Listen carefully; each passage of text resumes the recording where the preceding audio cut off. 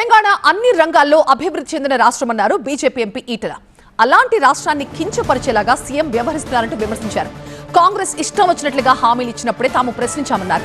కేంద్రం రాష్ట్రంలో అధికారంలో లేని బీఆర్ఎస్ కి ఓటు వేయడం దండగా అని కామెంట్ చేశారు ఈటల. ఇది పేద రాష్ట్రం కాదు, అడుక్కునే రాష్ట్రం అంతకంటే కూడా కాదు. అన్ని రంగాల్లో అభివృద్ధి చెందిన రాష్ట్రం. మనం ఎప్పుడైనా హైటెక్ సిటీకి పోతే ఇది ఒక న్యూయార్క్ టౌన్ లాగా, ఇది ఒక లండన్ నగరం లాగా కనిపించే నగరం హైదరాబాద్. అట్లాంటి తెలంగాణ పట్టుకొని ఈయన అంటున్న మాట ఏంటిది? కేసీఆర్ లంకె బిందెలు ఇస్తాడనుకున్నా, కానీ ఖాళీ చిప్ప చేతికి ఇచ్చిందని చెప్తున్నాడు రేవంత్ రెడ్డి. ఆయన ఇంకో మాట కూడా అంటున్నాడు, అప్పులు లేకపోతే జీతాలు ఇవ్వలేను, అప్పులు పుట్టకపోతే జీతాలు కూడా ఇవ్వలేని చెప్తున్నాడు.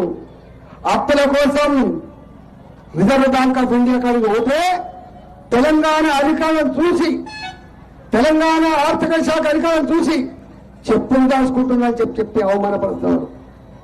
తెలంగాణ గురించి ఇంత చిల్లరగా మాట్లాడే ముఖ్యమంత్రి ఇవాళ తెలంగాణ సమాజమే తలదించుకుంటున్నారు.